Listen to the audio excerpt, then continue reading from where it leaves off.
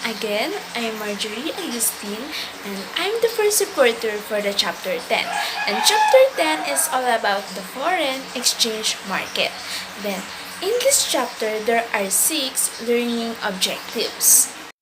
After reading this chapter, you will be able to describe the functions of the foreign exchange market, understand what is meant by spot exchange market, recognize the role that forward exchange rates play in ensuring against foreign exchange risks, understand the different theories explaining how currency exchange rates are determined and the relative merits, identify the merits of different approaches toward exchange rates forecasting, and lastly compare and contrast the differences between translation, transactions, and economic exposures, and what managers can do to manage each type of exposure.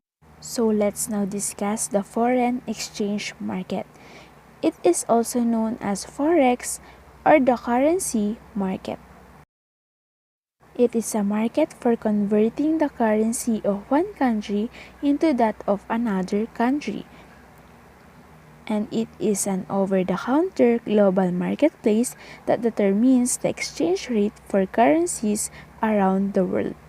According to Investopedia, foreign exchange markets are made up of banks, forex dealers, commercial companies, central banks, investment management firms, hedge funds, retail forex dealers, and investors. So, ayun, foreign exchange market is important because it helps a company to pay its import bills towards imported goods and services by its citizens or companies. So, when we import goods and services from other foreign countries, we have to pay them in their local currencies. For example, every time you visit a country as tourist, then you must pay for goods and services using the currency of the host country. Therefore, a tourist must exchange the currency of their home country for the local currency. So next is the exchange rate. It is simply the rate at which one currency is converted into another. So, exchange rate tell you how much your currency is worth in a foreign currencies. The foreign exchange market serves two main functions. First is to convert the currency of one country into the currency of another. Second is to provide some insurance against foreign exchange risk or the adverse consequences of unpredictable changes in exchange rates. So let's now discuss the first one, the currency conversion.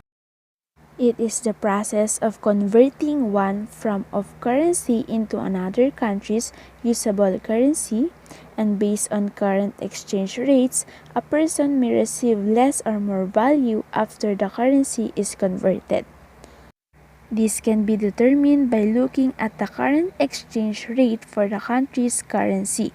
Then each country has a currency in which the prices of and services are quoted. So, in United States, it is the dollar. And in Great Britain, it is the pound. And in the France, Germany, and other members of the Eurozone, it is the euro. And in Japan naman, it is the yen. And so on. So, example is, ang isang US tourist ay hindi pwedeng pumunta sa isang store ng Edinburgh, Scotland para bumili ng something like sabihin na natin wine. Hindi siya pwedeng bumili nun gamit ang kanyang US dollar because dollars are not recognized as the legal tender in Scotland. Kailangan niyang gumamit ng British pounds. Kasi 'di ba, like here in Philippines, hindi tayo, yung mga tourists natin, di ba, nagpapapalit sila ng dollar into peso. Kasi hindi tayo tumatanggap sa mga stores natin, hindi tayo tumatanggap ng mga dollar. Kailangan sa currency natin, sa peso. When a tourist changes one currency into another, she is participating in the foreign exchange market. International businesses have four main uses of foreign exchange market. So, kung yung kanina is two main functions, ngayon naman is four main uses. First, the payments a company receives for its exports, the income it receives from foreign investments, or the income it receives from licensing agreements with foreign firms may be in foreign currencies. So, para magamit nila yung mga funds in its home country, the company must convert them to its home country currencies. Kasi 'di ba, hindi mo yun magagamit, hindi yun tatanggapin kung ibang currency ang gamit mo kasi nga hindi yun legal sa mga country. Second, international businesses use foreign exchange market when they must pay a foreign company for its product or services in its country's currency. Third, international businesses also use foreign exchange market when they have spare cash that they wish to invest for short terms in money markets. Spare is an app that converts your digital balance to cash. So Spare converts a user's digital balance without the need of debit or credit card. So currency speculation is another use of foreign exchange market. Currency speculation typically involves the short-term movement of funds from one currency to another in the hopes of profiting from shifts in exchange rates. Speculation refers to the practice of buying and selling a currency with the expectation that the value will change and results in a profit. Such changes could happen instantly or over a period of time. So when investors choose to speculate on a currency, it can affect exchange risk. For example, if investors believe a currency is about to rise in value, they may buy more of it in the hope of selling it in the future for a profit. This increase in demand can cause the exchange rate to rise. A kind of speculation that has become more common in recent years is known as the carry trade. The carry trade involves borrowing in one currency where interest rates are low, and then using the proceeds to invest in another currency where interest rates are high. And a second function is ensuring against foreign exchange risk. A second function of the foreign exchange risk market is to provide insurance against foreign exchange risk. When a firm insures itself against foreign exchange risk, it is engaging in hedging.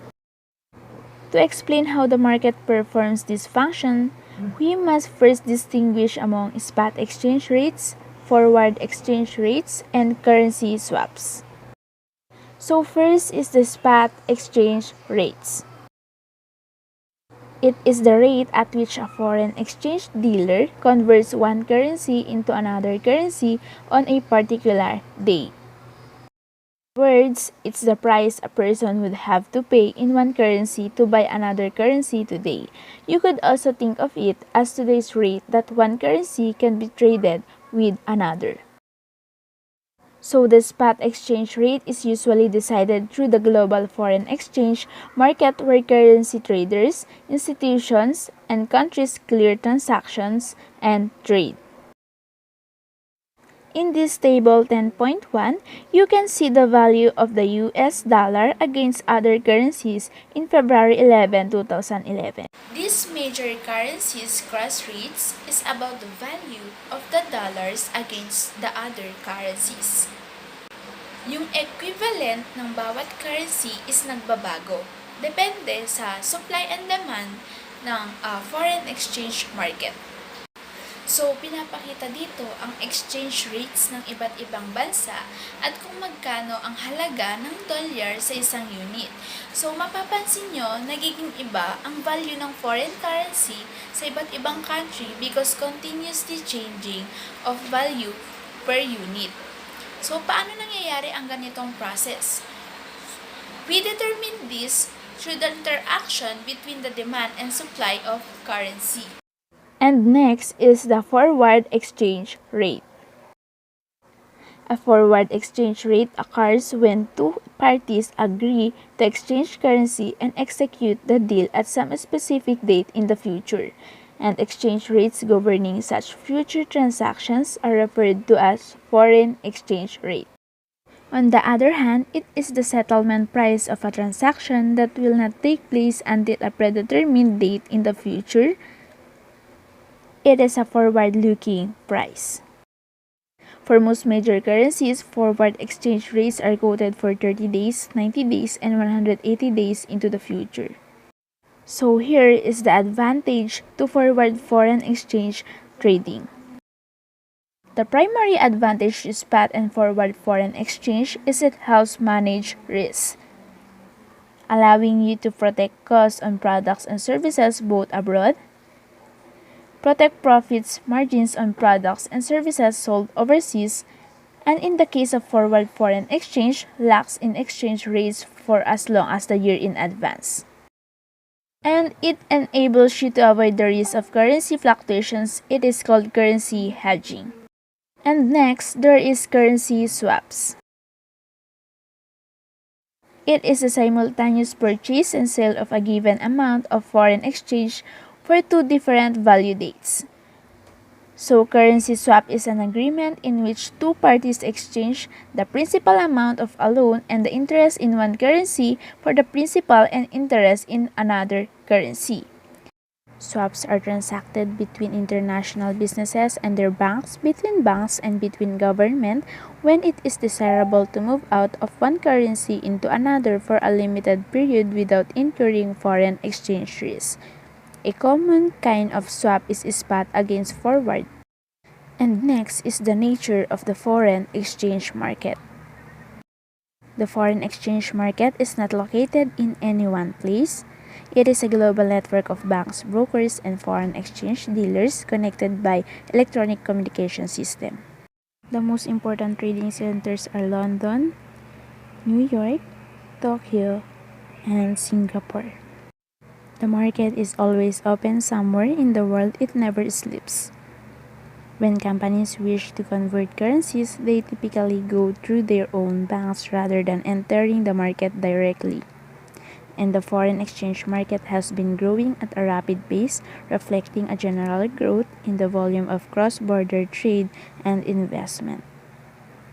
And in March 1986, the average total value of global foreign exchange trading was about $200 billion per day. And if exchange rates quoted in different markets were not essentially the same, there would be an opportunity for arbitrage. It is the process of buying a currency low and selling it high. And that's all for my report. I hope you learned something.